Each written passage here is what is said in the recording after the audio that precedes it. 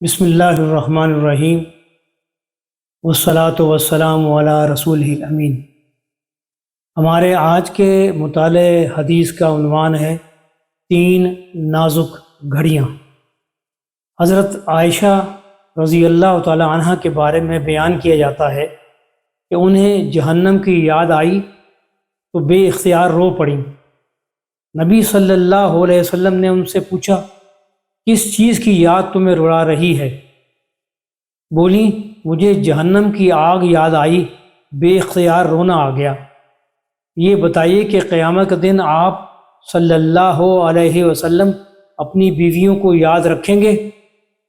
رسول اللہ صلی اللہ علیہ وسلم نے فرمایا، عائشہ، تین مواقع ایسے نازک ہوں گے کہ کوئی کسی کو یاد نہیں رکھ سکے گا۔ ایک وہ کہ جب انسان کے اعمال تولے جا رہے ہوں گے، ہر ایک کو فکر ہوگی کہ اس کی نیکیوں کا پلڑا ہلکا رہتا ہے یا بھاری۔ دوسرا نازک موقع وہ ہوگا جب نامہ اعمال ہاتھ میں آ جائے گا اور کہا جائے گا کہ پڑھ اپنی زندگی کی کتاب۔ ہر ایک فکر مند ہو جائے گا کہ اس کا نامہ اعمال داہنے ہاتھ میں دیا جاتا ہے یا بائیں ہاتھ میں دیا جاتا ہے یا پیٹھ کے پیچھے۔ اور تیسرا نازک موقع وہ ہوگا کہ جب پل صراط سے انسان کو گزرنا ہوگا اور وہ جہنم کے اوپر رکھا جائے گا۔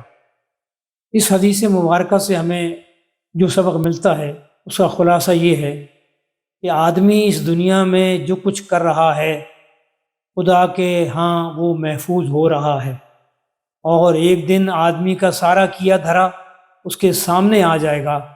خدا ان اعمال کی جانچ پڑتال کرے گا اور ہر ایک کو اس کے اعمال کے مطابق ٹھیک ٹھیک بدلہ دے گا۔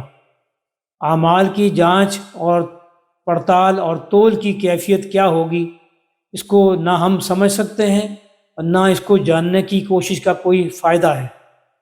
فکر اس بات کی ہونی چاہیے کہ اگر کوئی فکر ہے تو صرف یہ کہ اس دن جب اعمال نامے تولے جا رہے ہوں گے تو ہم سب کو اپنی اپنی فکر پڑی ہوگی۔ اس وقت ہماری نیکیوں کا پلڑا بھاری ہوتا ہے یا کمزور، یہ وہ فکر ہے کہ جو ہمیں دامنگیر ہونی چاہیے اس دنیا کی زندگی میں۔ اللہ تعالیٰ سے دعا ہے کہ ہمیں اور آپ کو ان تین نازک مواقع پر کامیابی اور کامرانی نصیب فرمائے۔ والسلام علیکم ورحمۃ اللہ تعالیٰ وبرکاتہ۔